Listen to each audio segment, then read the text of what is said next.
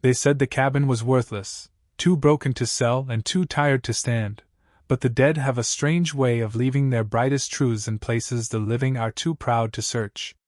Noah Whitaker learned that on a gray November morning beneath the iron ribs of the Eastbrook overpass, where the cold came up from the concrete and settled into his bones like an old debt. He was 40 years old, though the lines around his eyes made strangers guess higher, and he had the quiet, weathered look of a man who had spent too many years listening for danger in places where silence never meant peace.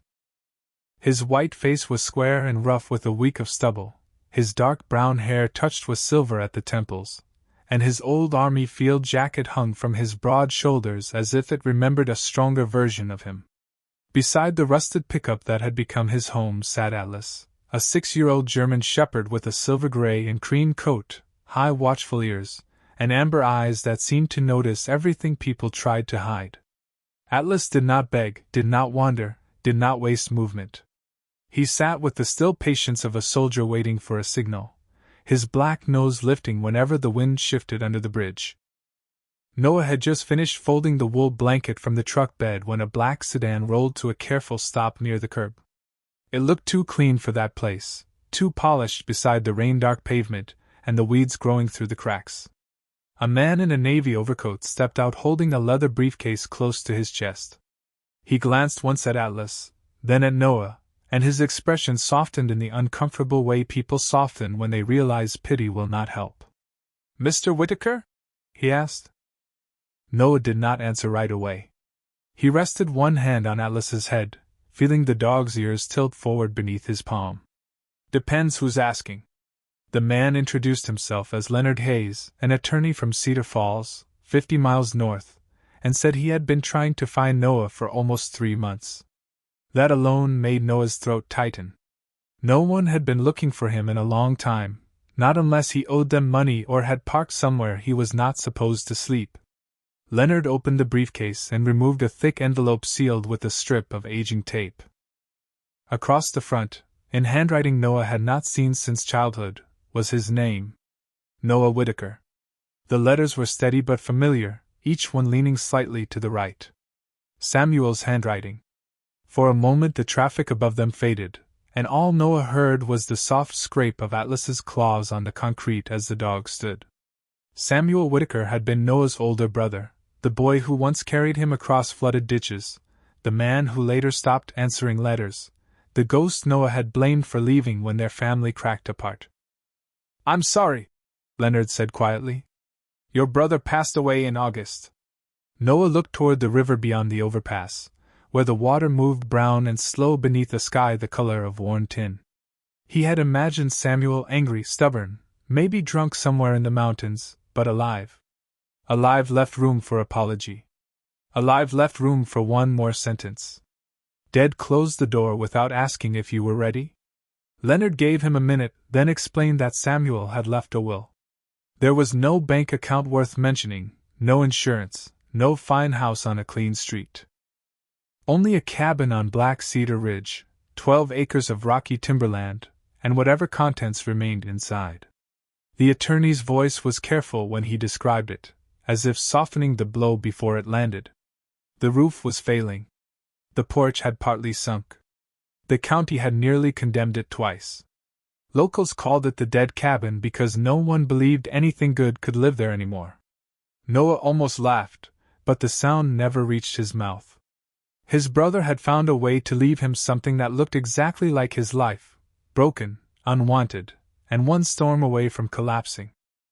Then Leonard unfolded the final page and pointed to a line written beneath Samuel's signature, not typed like the rest, but added by hand. Noah leaned closer. The words were short, dark, and unmistakable. "Trust the dog when he starts digging." A coldness moved through him that had nothing to do with the weather. Samuel had never met Atlas. Noah had found the shepherd years after he and his brother stopped speaking, after deployments, after hospitals, after the long drift from job to job and town to town. There was no photograph of Atlas in any letter, no phone call, no message passed through family. Yet Samuel had written about the dog as if he had been expecting him. Atlas took one step forward and sniffed the page. His ears rose high. A low breath moved from his chest, not a growl, not fear, but recognition. Leonard noticed it and went still. "Does he do that often?" Noah folded the paper slowly, eyes fixed on the line. "Only when something matters." By noon, the pickup was climbing the old state road toward Black Cedar Ridge, its heater rattling, its windshield streaked with mist. Pine trees crowded both sides of the road, tall and dark, their branches moving in the wind like hands warning travelers to turn back. The farther they drove, the quieter Noah became. Every mile pulled him deeper into a past he had spent years outrunning. Two brothers racing through summer grass, their father's laugh from the shed, their mother calling them in before thunder, Samuel carving their initials into a beam and promising that no matter what happened, Whitakers came home to Whitakers. But families, Noah had learned, could break without making a sound. The gravel lane appeared after a bend, half hidden under wet leaves. At the end of it stood the cabin. It leaned slightly to the left, its porch bowed, its windows clouded with dust, its cedar walls gone gray from weather and neglect. A strip of torn screen tapped softly against the frame. The place looked less built than abandoned by time itself. Noah cut the engine. For several seconds neither man nor dog moved. Then Atlas rose in the passenger seat, his nose pointed toward the cabin floor, though they were still 20 yards away. His body stiffened. His ears locked forward. Noah opened the door, and the cold forest air rushed in, smelling of wet bark, old smoke, and earth turned recently enough that it had not yet forgotten the shovel. Atlas jumped down, crossed the yard without hesitation, and stopped near the sagging front steps. He did not bark. He did not look back. He lowered his head, sniffed once along the ground, then lifted one paw and pressed it into the mud as if marking the first word of a message Samuel had buried for his brother to find. The mud beneath Atlas's paw gave way with a quiet sigh, soft and dark against the pale weeds that had grown through the yard. Noah stood beside the open truck door, one hand still resting on the cold metal frame, watching the German shepherd hold perfectly still. In all their years together, through bus stations, winter lots, roadside ditches, and the narrow kindness of strangers, Atlas had never looked at any place the way he looked at that cabin. It was not curiosity. It was not fear. It was the steady attention he had once given to collapsed walls and buried air pockets, the kind of attention that made men stop talking and start listening. "Easy," Noah murmured, though the word felt more for himself than for the dog. Atlas lifted his head, amber eyes catching the weak afternoon light, then turned toward the front steps. The porch boards groaned under the wind before either of them touched them. One railing leaned outward, gray and splintered, and a swallow's nest clung empty beneath the eave like a forgotten cup. Noah crossed the yard slowly, boots sinking into the wet leaves. Every step brought back something he did not want to feel. The smell of cedar after rain. The slope of the ridge beyond the cabin. The rusted water pump beside the path. He had been 8 years old the last time he came here, running behind Samuel with scraped knees and a pocket full of bottle caps they pretended were treasure. Back then the cabin had stood straight, warm with lamplight and their father's rough singing. Now it seemed to breathe through its cracks, old wood expanding and settling as if it recognized the weight of his return. Atlas climbed the steps first, placing each paw carefully. At the door, he paused and touched his nose to the lower panel. Noah saw the marks then, half hidden beneath peeling green paint. 2 letters carved with a pocket knife, uneven and boyish. W and W, Whitaker and Whitaker. His throat tightened. He remembered Samuel standing there in the heat of a July afternoon, his hair too long, his grin too proud, saying that if they marked the cabin, no one could ever say they did not belong to it. Noah had laughed then. He had believed belonging was something as simple as a name cut into wood. The door stuck at first. He put his shoulder against it, not hard, just enough to wake the swollen frame, and it opened with a reluctant scrape. Cold air rolled out, carrying the scent of dust, mouse nests, dry pine, and the faint ghost of old wood smoke. Inside, the cabin held its silence like a jar with the lid screwed tight. A narrow room stretched ahead, lit by gray lights spilling through 2 dirty windows. A stone fireplace stood against the far wall, its mouth black and cold. A plaid blanket lay folded over the back of a broken chair. Tin cups hung from hooks near the sink. On the table sat a coffee mug, a rusted lantern, and a framed photograph turned face down. Noah did not move toward it right away. He stood in the doorway, suddenly aware of how large his own breathing sounded. Atlas stepped past him, nails clicking softly over the warped floorboards. The dog moved in a slow circle, nose low, following invisible lines across the room. He sniffed the base of the cabinets, the cold hearth, the corner where rain had stained the ceiling brown. Then he stopped beside the table and looked toward the photograph. Noah took off his gloves. His fingers were stiff from cold as he lifted the frame and turned it over. The glass was cracked in one corner, but the picture beneath was clear enough. Two boys stood on the cabin porch in summer sunlight, one taller, one smaller, both barefoot, both squinting at whoever held the camera. Samuel had his arm hooked around Noah's neck, pulling him close with the easy ownership of an older brother. Noah stared until the room blurred. He had spent years remembering Samuel as a silence, an absence, a door closed from the other side. But the boy in the photograph was not a ghost. He was sunburned and smiling, with dirt on his cheek and love written carelessly across his face because children do not yet know how precious it is. Atlas made a sound then, low and sudden. Noah looked down. The shepherd was not staring at the photograph. His body had gone rigid, shoulders squared, ears high, tail still. His eyes were fixed on the floor beneath the kitchen stove.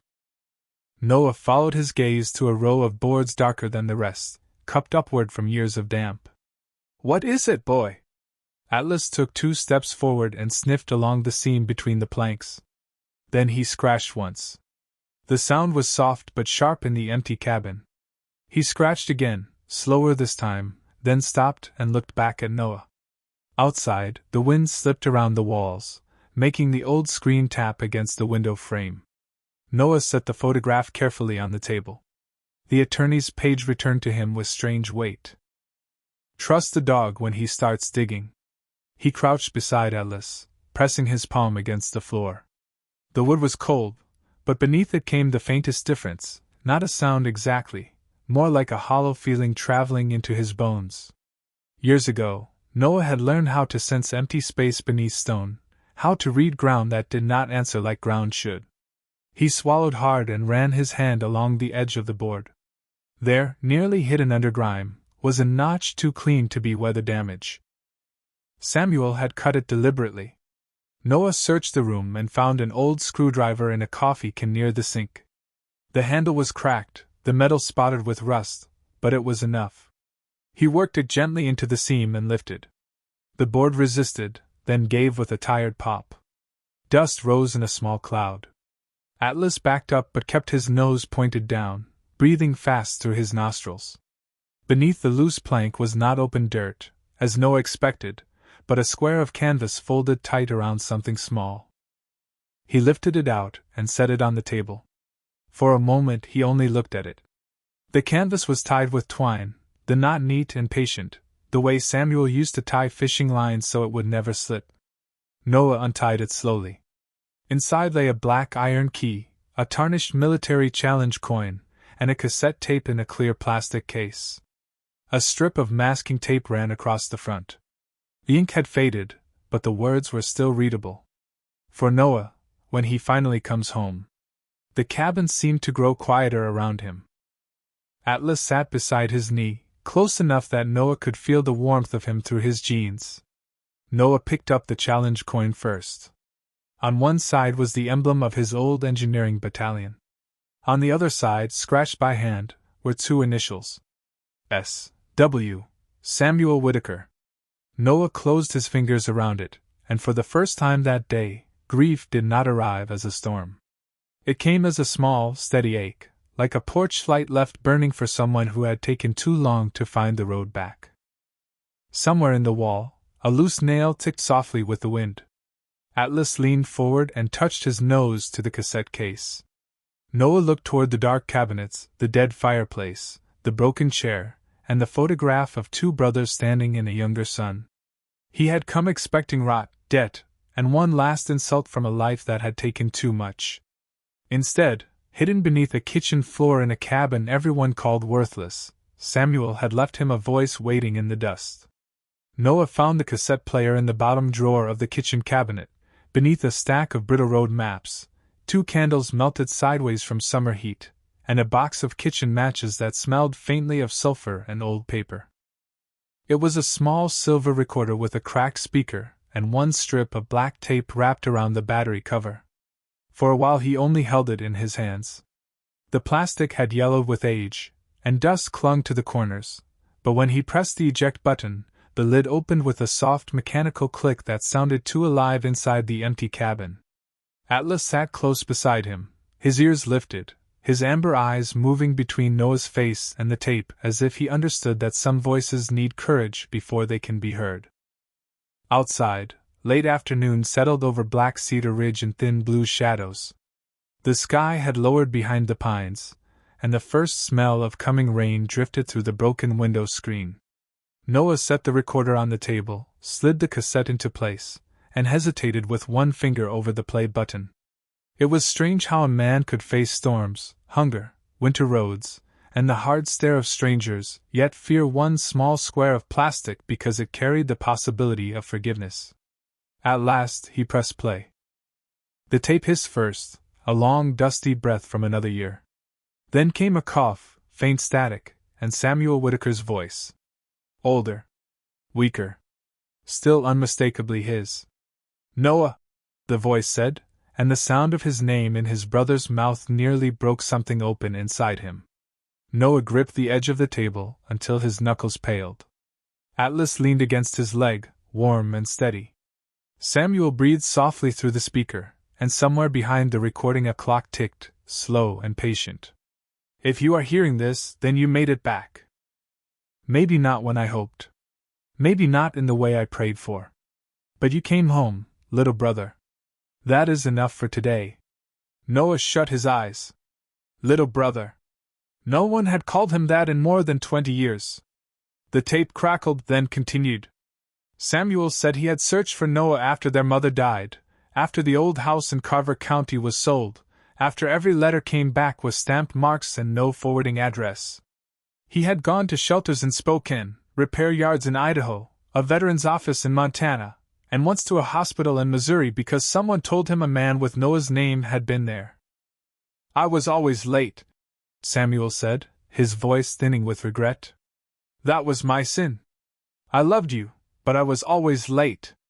Noah opened his eyes and stared at the photograph on the table.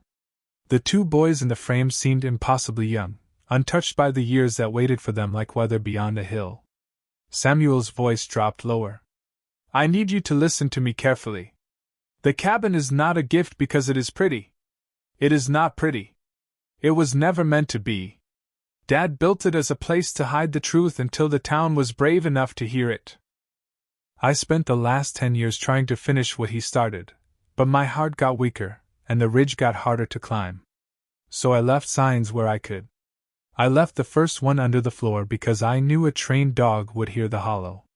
If the shepherd is with you, trust him.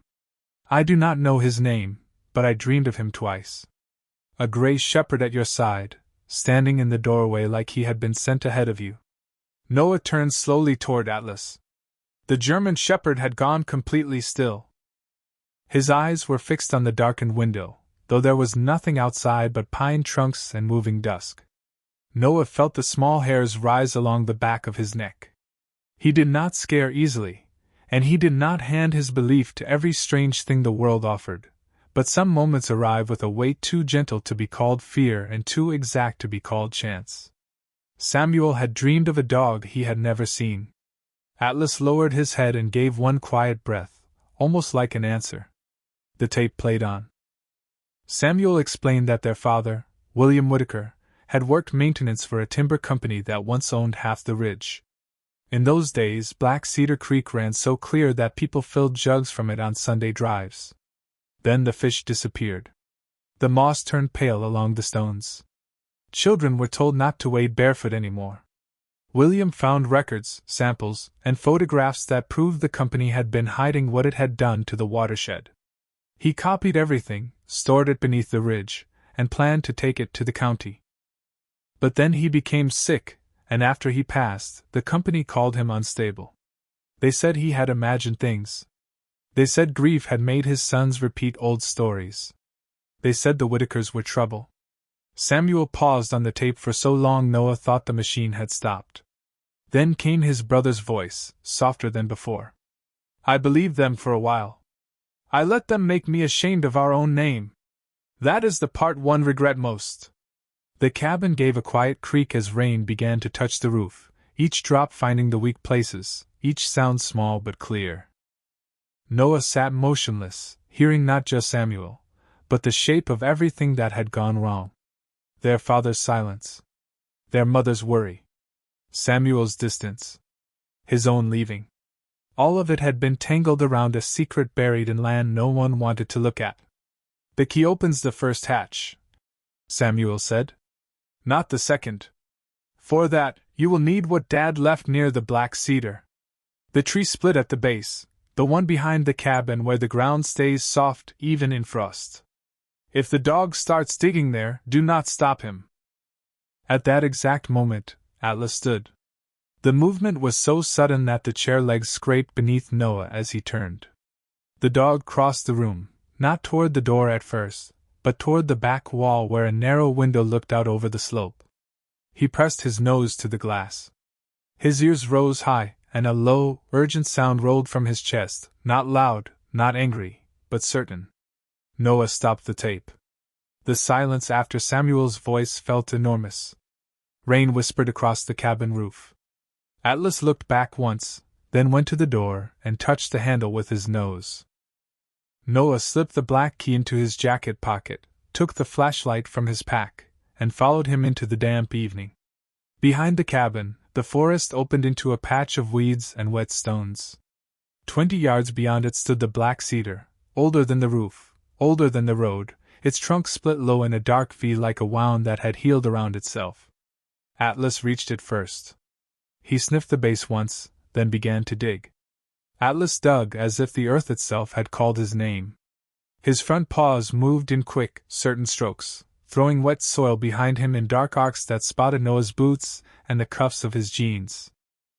Rain threaded softly through the cedar branches overhead, not heavy enough to drive them inside, but steady enough to make every surface shine.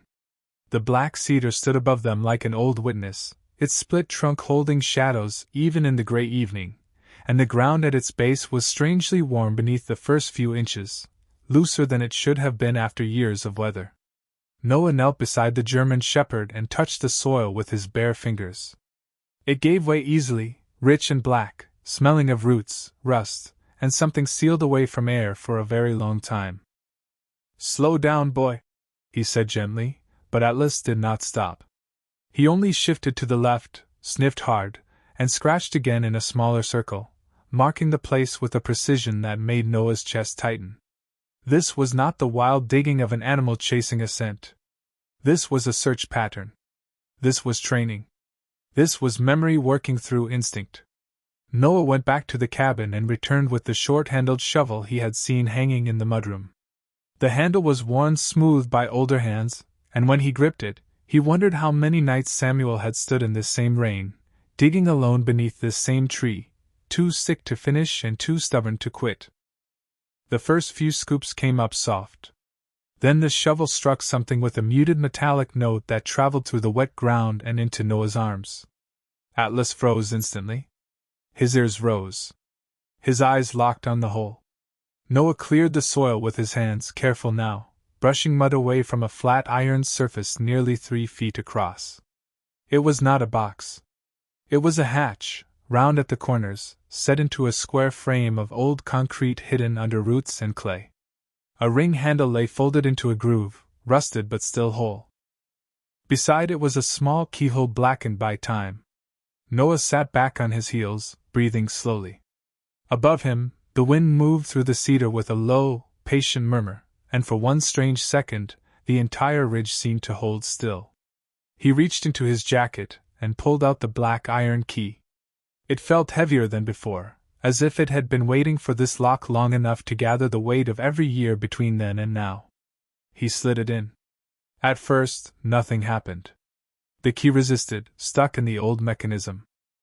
Noah closed his eyes, not in prayer exactly, but in the quiet way a man asks for help when he has run out of pride. Then he turned it again, slow and steady. The lock gave with a dull click. Atlas took one step back and looked at him. Noah folded his fingers around the ring handle and pulled. The hatch did not open easily. It rose an inch, then stopped, held by dirt and age. He cleared the edges, planted his boots, and pulled again. This time the seal broke with a long breath of trapped air. Cold rose from below, carrying the scent of stone, metal, damp paper, and underground water.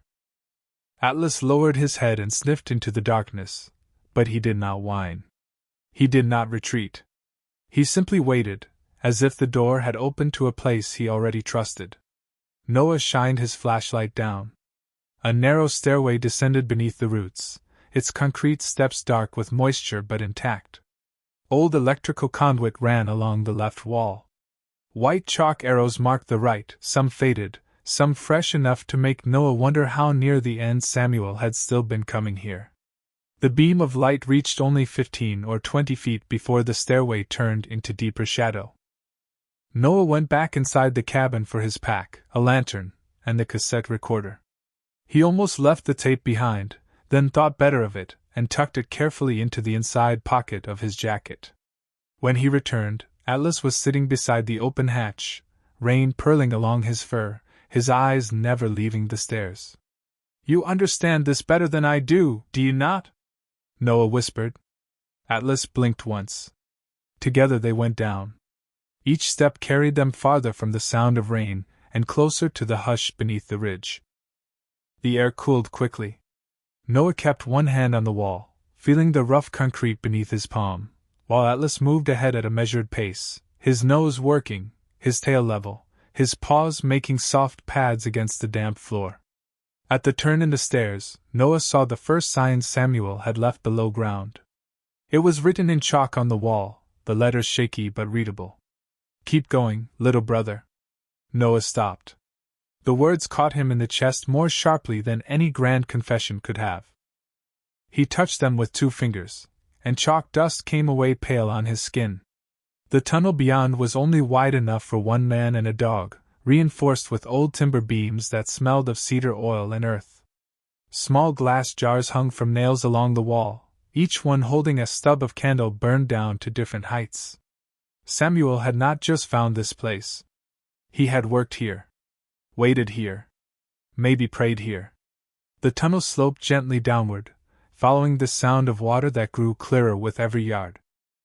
It was not rushing, not dangerous, but steady, a hidden creek moving through stone. After about 60 feet, Atlas stopped so suddenly Noah nearly stepped into him. The dog faced the right wall, where a sheet of rotted canvas hung from 2 hooks. He sniffed the bottom edge, then lifted one paw and pressed it against the fabric. Noah pulled it aside. Behind it was a steel door, narrow and low, with no handle on the outside. In the center, scratched into the metal, was another message. Dad was right. The truth sounds like water in the dark.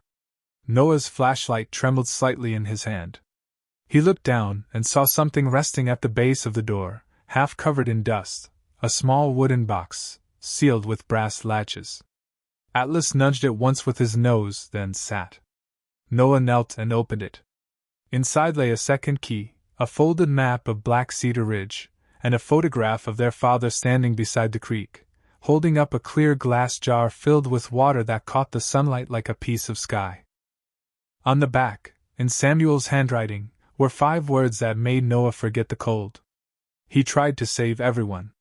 Noah held the photograph under the narrow beam of his flashlight, and for a long moment the underground passage seemed to disappear around him. There was only his father standing beside Black Cedar Creek, younger than Noah remembered him, with rolled-up sleeves, tired eyes, and a glass jar of clear water lifted toward the sun like proof of something holy. He tried to save everyone. The words on the back were Samuel's, but the ache inside them belonged to the whole family. Noah had spent so many years believing his father was a man who simply faded, a good man swallowed by bad luck and hard seasons. Now, kneeling in the cold beneath the ridge, he understood that William Whitaker had been carrying a burden too large for one pair of hands. Atlas sat close beside him, his wet fur brushing Noah's jacket, his breathing slow and steady in the dark. The German shepherd's presence kept the tunnel from feeling like a grave. With Atlas there, it felt more like a waiting room for the truth. Noah set the photograph back inside the wooden box and took out the second key. It was smaller than the first, brass instead of iron, with 3 grooves cut deep along one side. The steel door in front of him looked ordinary at first, but when he brushed away the dust near its edge, he found a hidden keyhole set low into the frame. The brass key slid in smoothly. This lock did not resist. It turned with a soft click, as if it had always known whose hand would finally open it.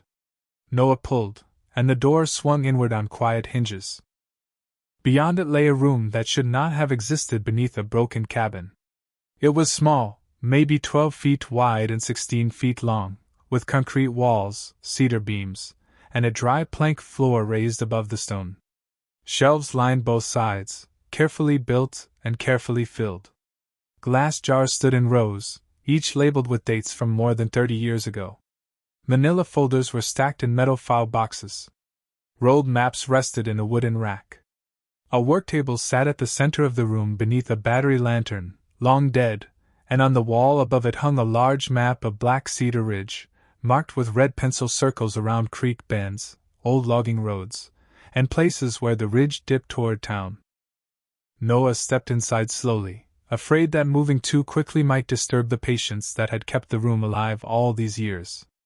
Atlas entered after him and went straight to the worktable. He sniffed the legs, then the lower shelf, then sat facing a metal case tucked beneath it. Noah noticed a folded note taped to the top. His name was written there again. He lifted the case onto the table and opened it. Inside were envelopes, cassette tapes, photographs, copies of county permits, and water test reports sealed in plastic sleeves. Noah had seen military records, engineering surveys, damage assessments, and enough paperwork to know when a document had been made by someone trying desperately to be believed. Every page had dates.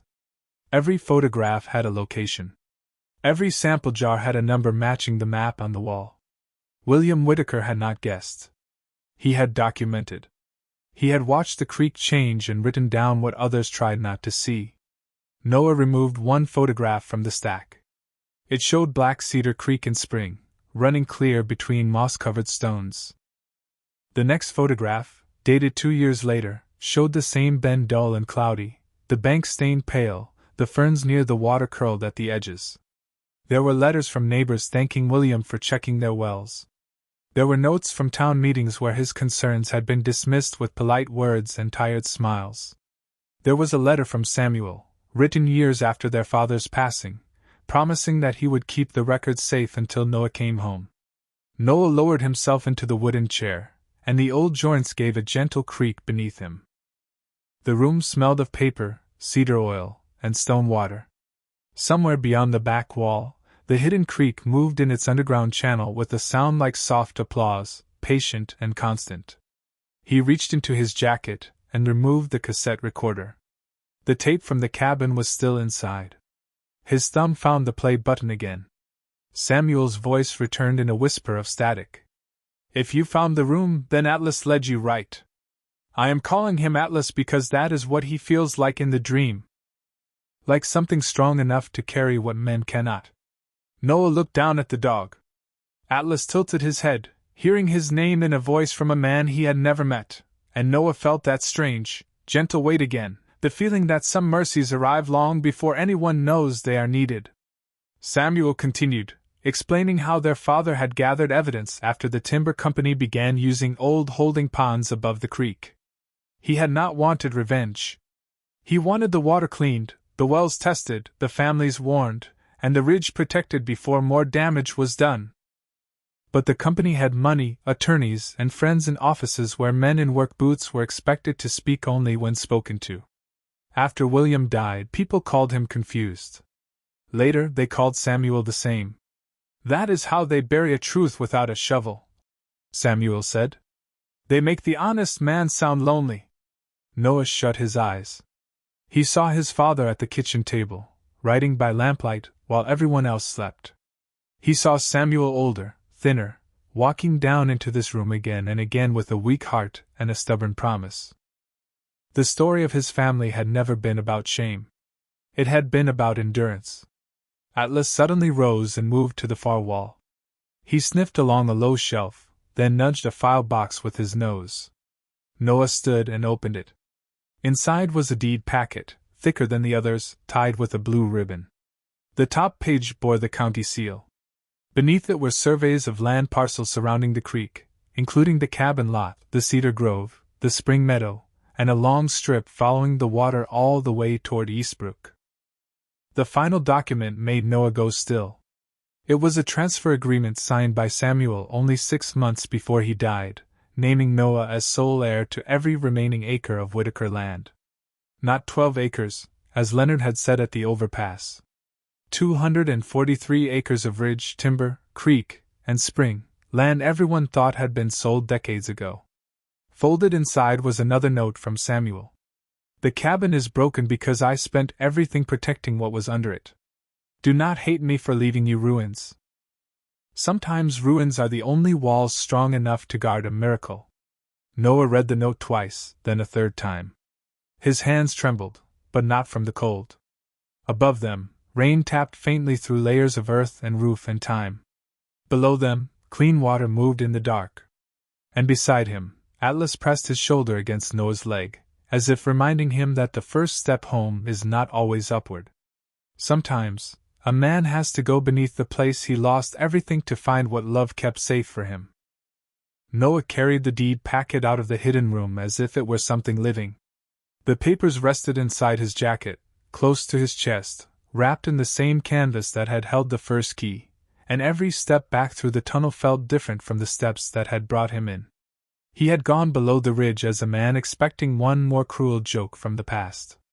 He came back with his father's courage, his brother's apology, and a map of land that had been waiting under his name like a lantern buried beneath snow. Atlas walked ahead of him, steady and silent, his paws soft against the concrete, stopping only once near the chalk words on the wall. Keep going, little brother. Noah touched the message again, but this time his fingers did not tremble. The rain had thinned by the time they climbed out beneath the black cedar. Evening had settled fully over the ridge, turning the forest blue and silver. The cabin window glowed faintly from the lantern he had left burning on the table, and for the first time, the broken place looked less like a ruin and more like a tired house trying to remember how to welcome someone. Noah closed the hatch carefully, covered it with loose branches for the night, and stood beneath the cedar listening to the water hidden below the hill. Atlas shook rain from his coat, then pressed his shoulder against Noah's leg. We need help, Noah said softly. The dog looked up, amber eyes bright in the dimness, as if that had been obvious from the beginning. They spent the night inside the cabin, not sleeping much. Noah built a small fire in the cracked stone hearth after clearing the chimney as best he could, and its first reluctant flames filled the room with the smell of pine smoke and old soot. He spread the documents across the table in careful stacks, using tin cups and a dead lantern to keep the corners from curling. There were surveys, water reports, copies of letters, and photographs arranged by date. Samuel had done the work of a sick man with a strong soul. His handwriting appeared in the margins, sometimes firm, sometimes uneven, always precise. Call Leonard. Find county archive copy. Do not trust verbal promises. Protect the creek. Near midnight, Noah played the cassette again. Samuel's voice sounded more fragile after the long day, but still carried that older brother steadiness Noah remembered from childhood. When you show these papers, some people will tell you it is too late. They will say the past is gone, the damage is done, and a man with no address should be grateful for whatever he is given. Do not believe them. A man is not measured by where he slept last night. He is measured by what truth he is willing to stand beside in the morning. Noah sat very still, one hand resting on Atlas's neck. Outside, drops of water fell from the eaves into the mud with a slow ticking sound. Samuel continued, telling him to contact Leonard Hayes first, then an old county clerk named Miriam Bell who had once helped William file the earliest land records. She believed Dad, Samuel said. Maybe not loudly, but enough to keep a copy where no one could make it disappear. By dawn, the storm had passed. Black Cedar Ridge woke under a pale wash of sunlight, with mist lifting between the trunks and the wet leaves shining like coins scattered across the ground. Noah loaded the metal case into the pickup, wrapped the deed packet in his spare flannel shirt, and gave Atlas the last of a can of chicken from his pack. The road down the ridge was rutted and slick, and the truck complained at every turn, but it kept moving. Cedar Falls looked ordinary in the morning light, a small American town with brick storefronts, a diner with fogged windows, flags moving gently outside the courthouse, and people carrying coffee as if the world had not shifted under Noah's feet. Leonard Hayes was already in his office when Noah arrived.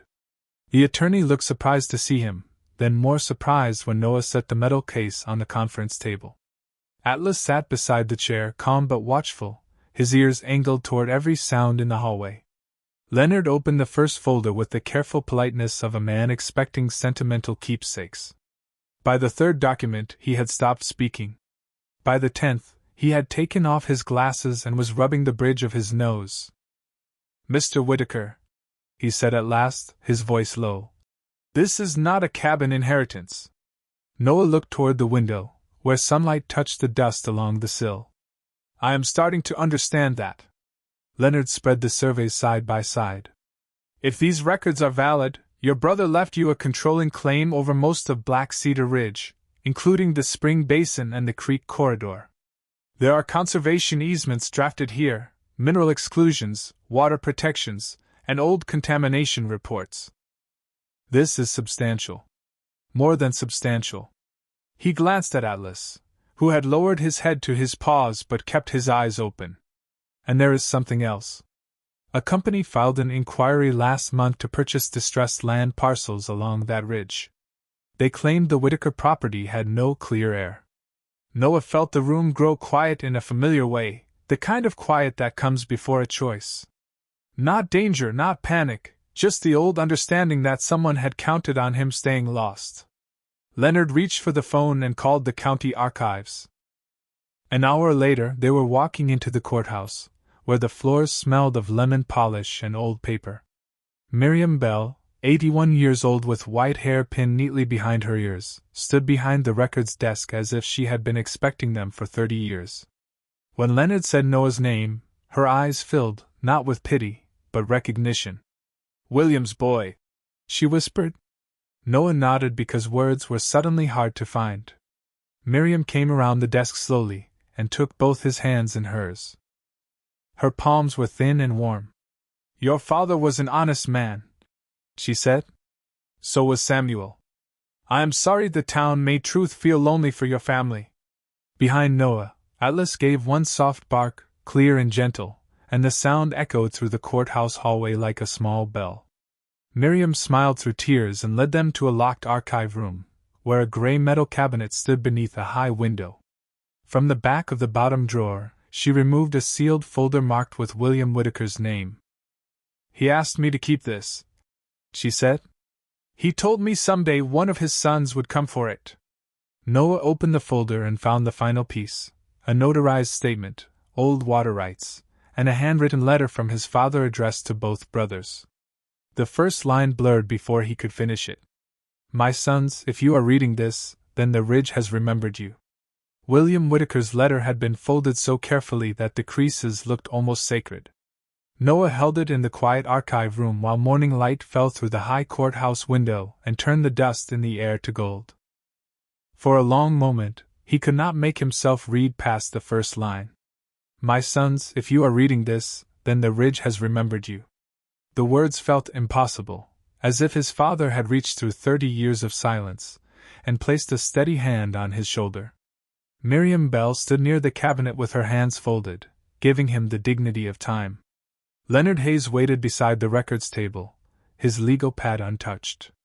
Atlas sat at Noah's feet, close enough that his warm side pressed against Noah's boot, his amber eyes watching the room with calm devotion. Noah drew a breath and continued. His father wrote that Black Cedar Ridge had never been just timberland to him. It was where his own father had taught him to fish, where he had first kissed Noah's mother beneath the spring maples, where Samuel had learned to whistle through his teeth, and where Noah, as a boy, had once fallen asleep on the cabin porch with a firefly jar glowing beside him. William wrote that land could hold memory the way a creek held sky, not by owning it, but by carrying it forward. Then the letter changed. The handwriting remained steady, but every sentence felt heavier. William explained that he had discovered irregular dumping near an old service road above the spring basin while repairing a broken culvert. At first, he thought it was carelessness, the kind of neglect that happens when people believe the woods cannot speak for themselves. Then he found ledgers, altered reports, and water samples that did not match what company officials had filed with the county. He had tried to bring the concerns to supervisors. He had tried meetings, letters, and phone calls. Each time, he was told to be patient, to stay in his lane, to stop upsetting people who were trying to bring jobs to town. But the creek kept changing, and William kept listening. Noah read slowly, feeling each line settle into the part of him that had mistaken his father's worry for weakness. William had known the truth would put pressure on the family. He had known men with clean shoes and soft voices could do more damage with paperwork than rough weather could do with wind. So he made copies, hid them in the ridge, and placed a second archive with Miriam because he trusted her quiet courage. He did not write like a man seeking revenge. He wrote like a father trying to leave a lamp burning in case his sons ever found themselves in the dark. Near the end, the letter turned personal. Samuel, you will want to carry this alone because you were born thinking love means taking the heavier side. Do not. Noah, you will want to run because pain feels safer when it is moving. Do not. If I fail to finish this, finish it together. The page blurred in Noah's hands. He lowered it to the table and covered his eyes for a moment, not to hide grief, but to keep it from spilling too fast. Together. That was the one thing they had not done. Samuel had carried the ridge alone. Noah had carried absence alone. Their father had asked for a bridge, and both sons had spent years standing on opposite banks. Atlas shifted and placed his chin on Noah's knee. The simple weight of it brought him back. Noah laid the letter flat, smoothing the edges with both hands. At the bottom, William had drawn a small map showing a second spring chamber below the ridge, connected to the creek by an underground channel. Beside it was a note. If the upper water is harmed, the lower spring will still run clean. Protect it. It belongs to the town, whether the town remembers us kindly or not. Leonard leaned over the map, his expression sharpening. This explains why the land inquiry came now, he said. If that lower spring is active, the water rights alone could be worth a fortune.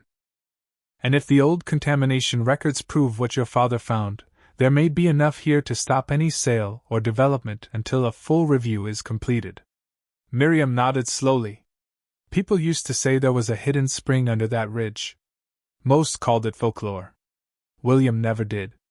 Noah looked at the letter again, then at Atlas.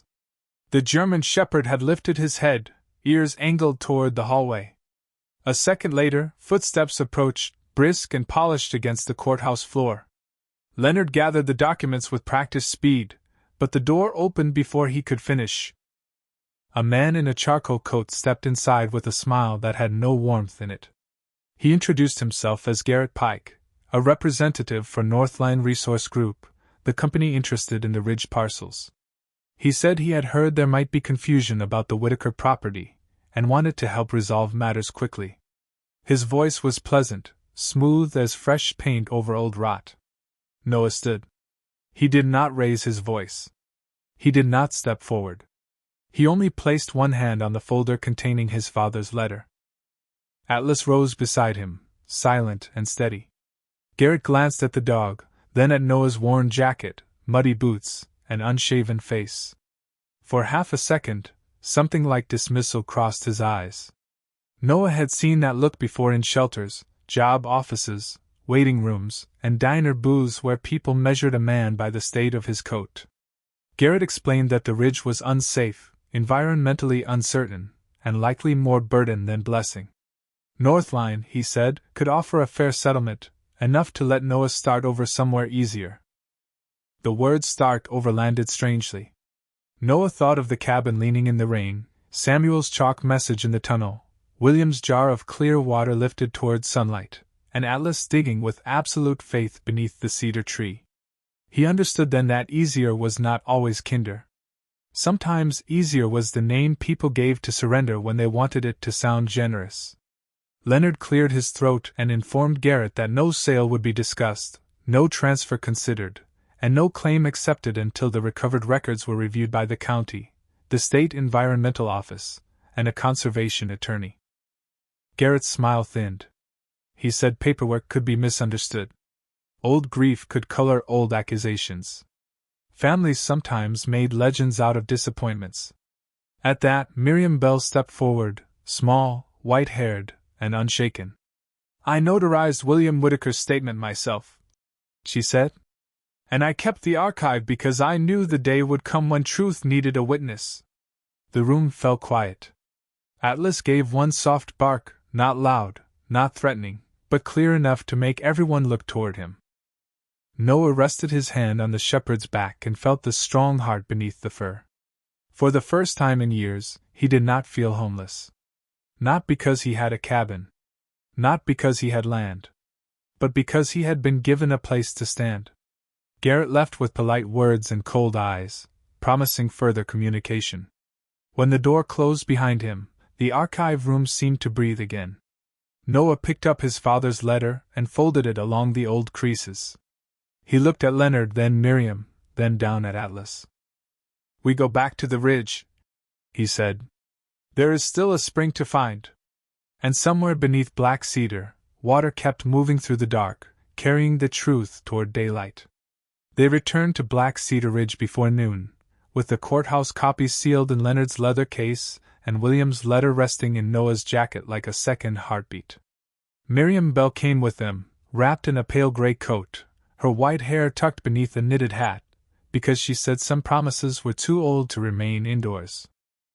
The road up the ridge was wet from the night's rain, but sunlight had begun to open between the clouds, touching the pine needles with a clean silver shine. Atlas rode in the passenger seat, nose close to the cracked window, drawing in every scent the mountain offered. He had been calm in town, calm in the courthouse, calm even when Garrett Pike smiled at them like a man closing a deal before it had been made. But as the pickup climbed higher, the German shepherd changed. His ears lifted. His shoulders tightened.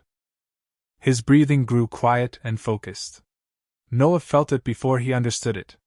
The dog was listening again. At the cabin, the broken porch looked smaller in daylight, the sagging roof less haunted and more tired, as if all it had ever needed was someone willing to begin. Leonard studied the tree line, while Miriam stood near the old water pump, one gloved hand resting on its handle. "William used to say the lower springs sang under stone," she said softly. "People laughed. He never minded much. He only said laughter did not change the sound of water." Noah unfolded his father's hand-drawn map on the hood of the truck. The paper had yellowed, but the markings were clear: the black cedar, the hidden hatch, the underground room, then a dotted line moving beyond the tunnel toward the east slope where the ridge dipped toward town. The final mark was a small circle beside 3 words written in William's careful hand: the Mercy Spring. Noah read the name twice. Mercy. Not fortune. Not claim. Not proof. Mercy. Atlas suddenly stepped away from the truck and walked toward the cabin, but not to the front door and not to the cedar. He moved along the side wall, past the cracked rain barrel, past a stack of old firewood gone soft with moss, until he reached a patch of ferns growing beneath a leaning stone outcrop. There he stopped, lowered his nose, and gave 3 soft barks. Noah looked at the map. The place was not marked as an entrance, but the dotted line passed close beneath it. Leonard came over with a flashlight, and Miriam followed carefully, using a walking stick she had pulled from the back seat. Atlas pressed his paw into the ferns, then nosed aside a curtain of roots. Behind them was a narrow gap between 2 stones, half hidden by moss and fallen needles. Cool air moved out of it, carrying the scent of mineral water so clear and cold that Noah tasted it before he saw it. He crouched and shined the flashlight through.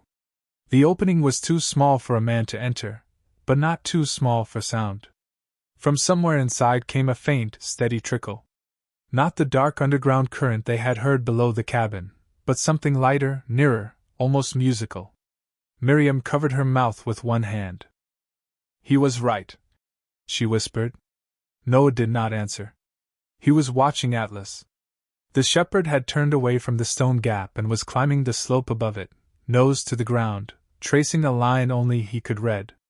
They followed him through wet brush and low cedar branches for nearly 100 yards until the trees thinned into a hollow Noah had never noticed from below. It was ringed by black stone and tall grass, hidden from the road, hidden from the cabin, hidden from everyone who did not know how to listen. At the center of the hollow sat a flat slab of granite, almost perfectly round, with a rusted iron handle set into one side. No dirt covered this one. No deep digging was needed. Moss had grown along its edges, but the stone itself was clean, washed by years of mist rising from beneath. Atlas stood on the slab and looked back at Noah. There was no fear in him. Only certainty. Leonard helped Noah clear the moss from the edges, and together they lifted. The stone was heavy, but it moved, rolling aside on old iron pins with a deep, gentle groan. Beneath it, daylight fell into a natural chamber of pale rock. Water shimmered below, not stagnant, not hidden in darkness, but moving through a basin clear enough to reflect the sky. A spring rose from the stone itself, bubbling softly into a channel that disappeared under the ridge.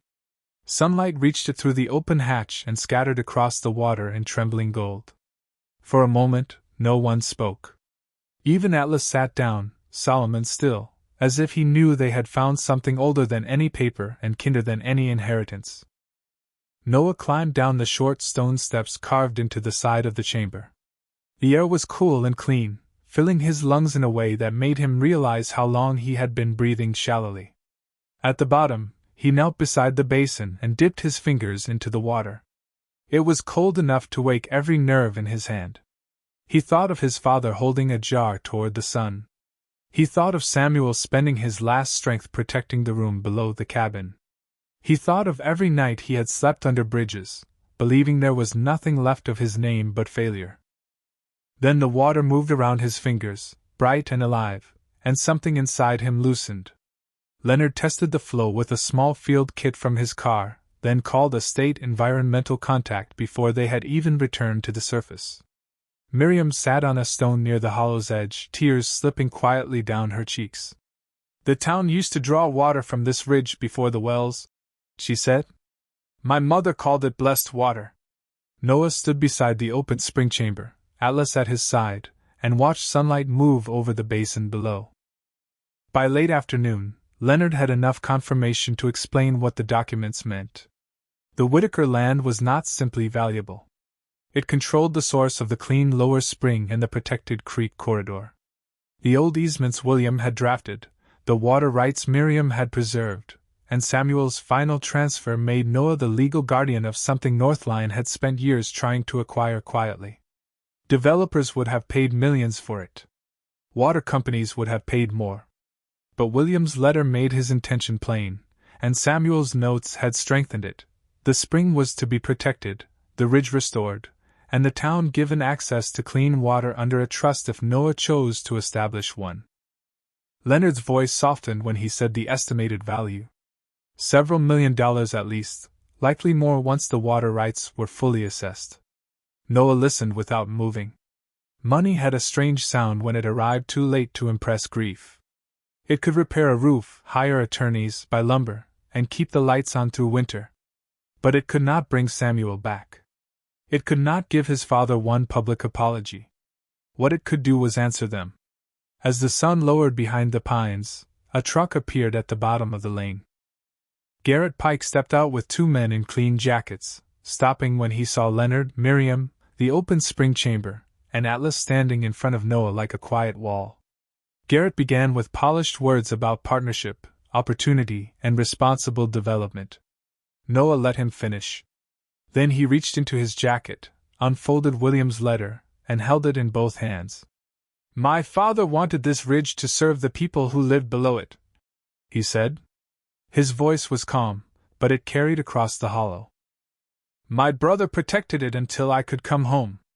I am not selling it." The wind moved through the cedar trees. Atlas gave one low, steady breath. Garrett looked toward Leonard, then the documents, then the water shining beneath the open stone. His smile disappeared, not dramatically, but like a light being turned off in an empty room. He left with fewer words than he had brought. When his truck vanished down the lane, Miriam whispered, "William would have liked that." Noah looked at the spring, then at the broken cabin below them, its roof bent but still standing in the gold of evening. "Samuel, too," he said. Atlas leaned against him, warm and solid. And for the first time since he had arrived at Black Cedar Ridge, Noah understood the inheritance completely. It was not a cabin. It was not land. It was not even the spring. It was the chance to become the man his family had believed he could still be. By winter, the cabin no longer leaned like a tired man against the ridge. Its roof was mended with dark green shingles, its porch stood straight on new cedar posts, and warm light shone each evening through windows that had once held only dust and reflection. Noah did much of the work himself, not because he had to, but because every board he lifted felt like a sentence in a letter he was finally answering. Volunteers came on Saturdays from Cedar Falls and Eastbrook, some curious, some ashamed, some simply glad for a reason to help. Leonard Hayes brought legal folders in the morning and carried lumber in the afternoon, his polished shoes gradually replaced by work boots. Miriam Bell sat near the porch wrapped in quilts, labeling old photographs and telling anyone who would listen how William Whitaker had once fixed the courthouse pump without charging a dime. Atlas moved among them all with quiet authority, carrying gloves in his mouth, inspecting fresh holes before posts were set, resting beneath the worktable when the day grew warm. He had become more than Noah's dog to the people of the ridge. He was the one who had known where to dig. He was the one who had led a homeless man back to a truth buried deeper than money. The spring was placed under protection before the first hard frost.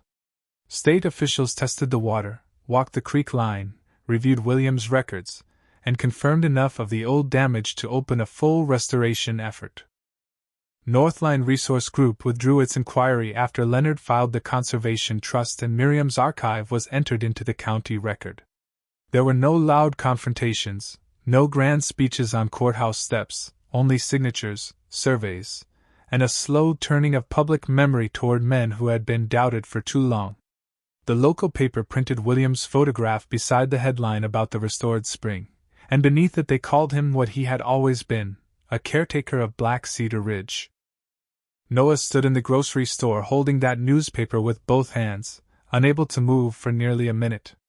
The cashier, an older woman with kind eyes, reached across the counter and touched his sleeve.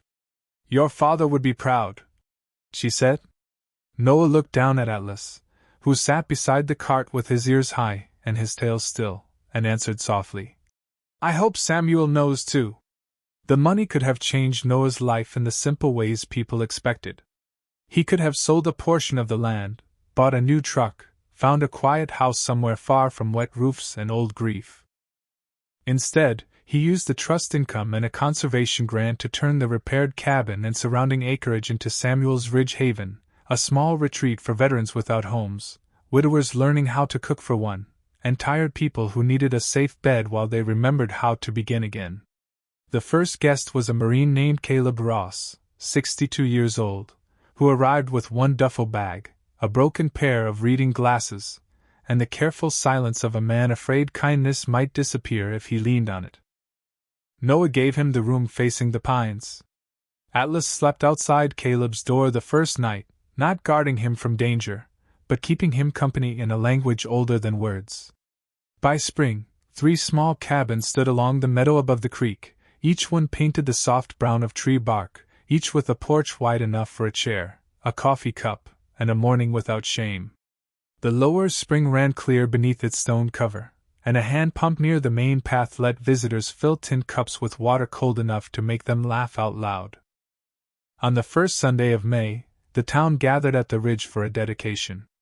There were folding chairs on the grass, pies on a long table, children running between cedar trunks, and flags placed gently along the path without making the day feel heavy.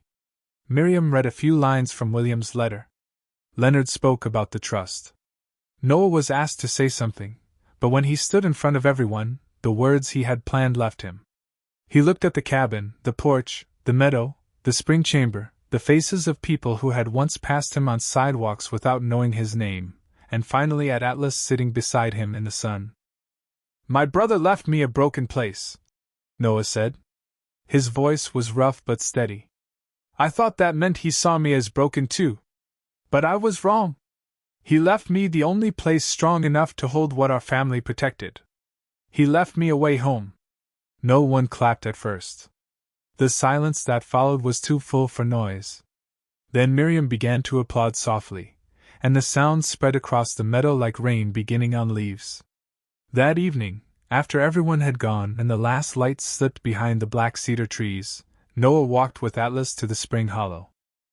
The dog was older in the face now, silver showing along his muzzle, but his step was still sure. They sat beside the round granite cover while the ridge cooled around them. From below came the steady sound of water moving through stone, carrying no anger, no hurry, only the patient work of staying clean. Noah took Samuel's challenge coin from his pocket and turned it over in his palm. He kept it with him every day now, not as proof of loss, but as a reminder that love sometimes arrives late because it had to travel through sorrow first.